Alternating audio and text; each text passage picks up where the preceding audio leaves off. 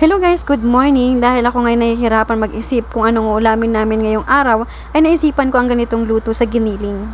Favorite ko rin kasi ang ganitong luto nung ako ay estudyante pa lang. Ito ang lagi kong ino-order sa karinderya. Ayun na nga guys, nagisa lang ako dito ng bawang at sibuyas. At kapag lumabas na ang aroma ng ating bawang at sibuyas, ay pwede na natin ilagay ang ating giniling. 100 pesos lang na giniling ang pinili ko guys sa palengke. Hindi naman kailangan ng marami guys kasi meron din tayong ilalagay ng mga gulay kaya dadami din yan mamaya.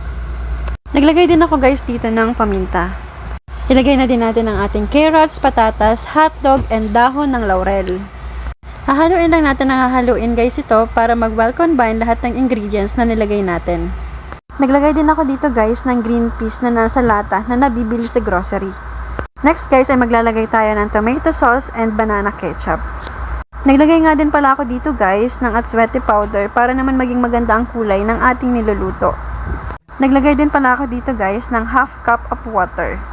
At hahayaan lang natin guys ito na kumulo ng kumulo.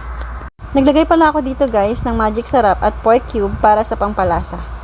Naglagay din ako ng konting asukal pambalanse sa lasa. Meron ako nakitang 4 na itlog kaya naman nilaga ko at sinama ko na dito. Nilagay ko na din pala ang green bell pepper nang malapit na itong maluto. Hindi ko pinaiga masyado guys kasi masarap din yung salsa nito sa kanin. Thank you for watching guys at kung bago ka pa lang sa aking channel, please like and subscribe para lagi kang updated sa mga videos na i-upload ko. Thank you Lord sa lahat ng blessings!